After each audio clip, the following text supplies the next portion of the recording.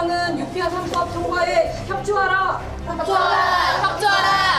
어떤 의견을 담고자 하는지도 잘 모르겠어요. 자유한국당 안이 뭔지를. 침대 축구식 시간 끌기를 통해서 국민적 여망에 역행하는 일은 없기를 기대하겠습니다. 예, 지난 국감에서 가장 뜨거웠던 이슈 뭐니 해도 사립유치원 비리 문제였죠.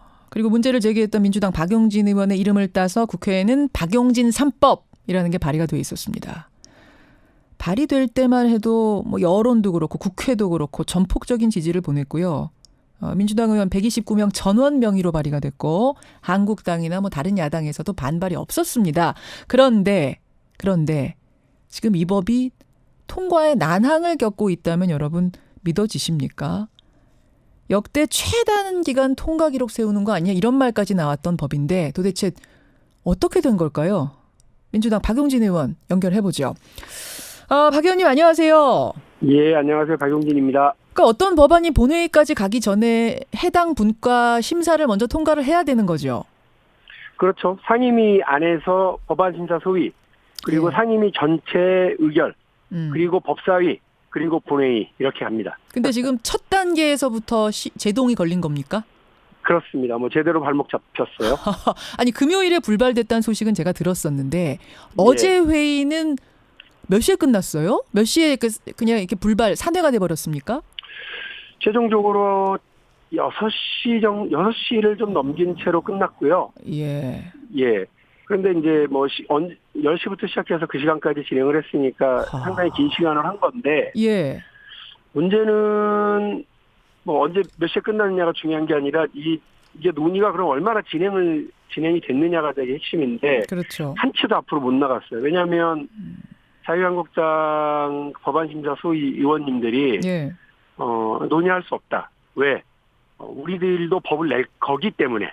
보통은 법안이 있어서 그걸 병합심사하거든요. 비슷한 법안이 있으면. 2개, 3개 있으면. 예. 근데 그게 아니라 곧 우리도 만들 테니 기다려라.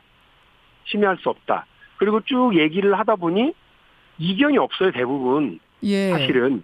그러니까 이 법들에 대한 이견이라기보다는 예.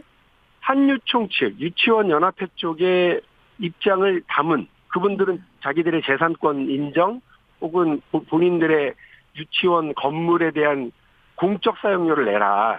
쓰기는 자기들이 쓰지만 임대료 내라.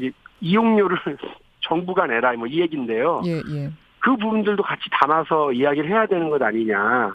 뭐 이런 식으로 하시면서 논의 자체에 반대한다는 입장이었어요. 그러니까 한국당도 뭐 개혁을 하지 말자 이건 아니고 12월까지 자체 법안을 만들 테니까 12월까지 기다렸다가 병합 심사하자. 그때까지 미루자. 이 얘기하다가 어제 저녁 6시가 되고 결국은 그냥 결론 없이 끝난 거예요. 예. 그런데 그 어떤 법도 그렇게 논의하진 않거든요.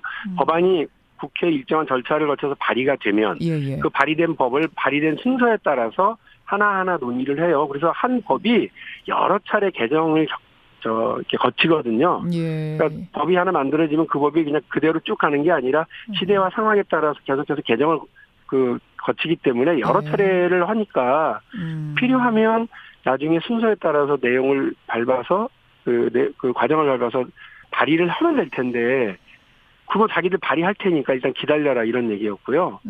말씀드린 것처럼 그 내용도 저는 유치원의 투명한 회계 그리고 그 유치원 운영에 있어서 합리성을 확보하는 것으로 그 주로 방점이 찍혀 있는 건데 이분들은 유치원 측에서 요구하는 그 재산권 보장. 그 재산권 보장이라고 하는 게 사실 돈 내놔라 이런 얘기거든요. 자신들이 그 유치원 운영에 내놨던 뭐 건물이나 땅 이거 관련해서요.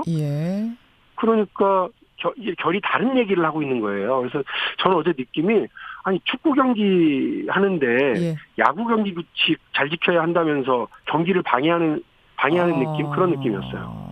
그러면은 금요일 날은 아예 그 심사를 하려고 하니까 갑자기 의원들이 자리를 비웠다면서요. 네. 그런 것도 그렇고 어제 갑자기 이제 12월 얘기를 꺼내면서 법안 심사 그때 하자 미루자라고 하는 것도 그렇고 이게 뭔가 그 사이에 어떤 변화 어딘가로부터의 압력 로비 뭔가가 있었다고 보시는 거예요? 로비는 분명히 있었어요. 그러니까 이분들이 하시는 말씀이 한유총 측의 논리를 그대로 대변하고 있다는 거는 제가 분명히 느꼈고요. 어허. 왜냐하면 이분들이 뭐라고까지 그러느냐면 한 이해 당사자가 이거에 반대하고 있지 않느냐라고 얘기를 하시더라고요. 그 한 이해 당사자가 뭐 누군지 뭐 분명히 했는데 왜냐하면 의원님들이 개인적인 내가 보니 이 법이 법 체계상 되게 문제가 많다. 혹은 이런 작구가 문제가 있다.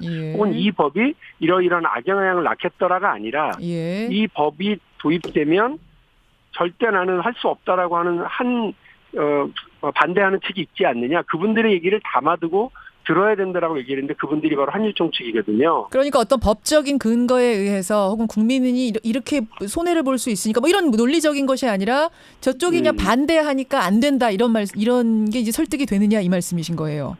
그렇죠. 이건 좀 지나친 것이 뭐냐면 심지어는 한유총 측이 그 재산권을 국가에 헌납해야 된다라고 이야기하고 있는 부분에 대해서조차도 여과 없이 그런 말씀들도 하시더라고요. 뭐라고요? 그래서 법안을 읽어보셨느냐? 아니면 우리 한번 읽어보자.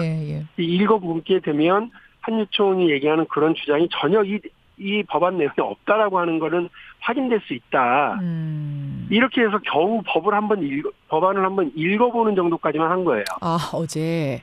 그러고 나니까 뭐 그런 법은 그런 내용은 없는 건 확인이 되고 나니까 어쨌든 한쪽이 반대를 하는데 무작정 왜 자꾸 하려고 하느냐라는 식으로 12월 초까지 기다려달라라는 입장만 계속 반복을 하시더라고요. 결국 그럼 이게 일종의 고의지연이다 이렇게 보시는 거예요? 눈치 보기 고의지연 뭐 이런 식으로? 그렇습니다. 이제 저는 그야말로 축구 경기로 치면 그 침대 축구, 시간 끌기, 경기 시간 끌기만 하고 있는 것처럼 똑같이 그렇게 보였고요. 국민들 여론이 좀 잦아들고 국민적인 관심이 좀 사그라드는 걸 기다리고 있다는 느낌까지 받았어요. 이게 시간이 뒤로 가면 갈수록 국민들의 관심은 작아질 수밖에 없고 여론의 관심도 딴 데로 가는 반면 한유총은 똘똘 뭉쳐 있거든요. 그래서 시간 지연시키는 거 아니냐라는 그렇죠. 의심. 뒤로 가면 갈수록 저는 이 법안이 통과되기가 어려워질 거라고 하는 걸 너무나 잘 알고 있어서 지연전준 시간 하고 있는 거다라고 생각합니다. 근데 뭐 자유한국당은 야당이니까 그렇다 치더라도 같은 민주당 안에서도 다른 목소리가 나온다. 이건 무슨 말입니까? 그거는 조금 더 다른 견해인데요.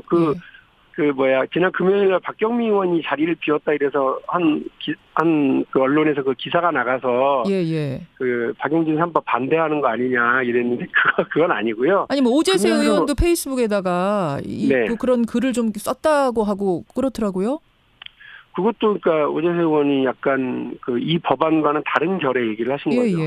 그래서 그 법안은 사실은 아주 상식적이에요. 그래서 유치원 운영에 있어서의 그동안 그냥 쌈짓돈 쓰듯이 막 썼던 그런 것들을 정확하게 하기 위한 회계 투명성이 가장 우선적인 내용이거든요. 그리고 그걸 함부로 쓰게 될 때 처벌받을 수 있다라고 하는 것도 분명히 법안에 넣는 거고요. 그 오재세 의원이 하신 말씀은 유치원 연합회가 한 얘기랑 똑같은 얘기입니다. 그러니까 그 회계 투명성 문제랑 결이 다른 자신들이 공교육의 일환인 그 유치원 그 교육에 그 땅과 건물을 제공하고 있으니 그러니까요. 그에 맞게 그 정부에서 이용료를 내놔라. 그래서 빈축을 하고 있는 게 임대사업자냐 교육사업자냐. 그러니까 제 질문은 그래서 민주당 의원들 사이에서도 전원 발의에 찬성할 때와는 달리 조금 지금 결이 달라지고 있는 거 아니냐. 국회 전반의 분위기가 좀 갈리고 있는 거 아니냐. 이제 이런 생각들을 국민들은 하게 되거든요. 민주당이 이 법안을 처리하는 데 있어서의 그 입장은 단단합니다. 그러니까 이거는 통과시켜야 된다고 하는 건 분명하고요. 당 지도부도 그렇고 우리 교육위원회 의원들도 다 똑같습니다. 다만 개별 의원님들이 유치원 연합회를 만나서 이 법이 담고자 하는 회계 투명성은 받아들이되 공적 사용료라고 하는 건물 이용료 등등에 대한 문제는 별도로 논의해 볼 수 있지 않겠느냐라고 생각하시는 분들은 계세요. 저는 그것은 무조건 안 된다라고 저도 생각하지는 않습니다. 의논해 볼 수는 있죠. 그러나 이거하고 회계 투명성 하고를 맞바꿔야 되겠다. 이런 거는 전 용납돼서는 안 된다고 보거든요. 대한민국에서 그 국민 세금 갖다 쓰고서 감사받기 싫다. 그리고 그거 함부로 써도 된다고 생각하는 거는 용납될 수 없는 상식에 대한 도전이에요. 네. 지금 청취자들이 이런 질문 주세요. 여론의 지지가 이렇게 큰데도 국회의원들이 유치원 측의 눈치를 봅니까? 사립유치원에 찍히면 지역구에서 낙선한다 이런 얘기도 있다는 게 사실입니까? 이런 질문들. 예, 사실입니다. 사실이고요.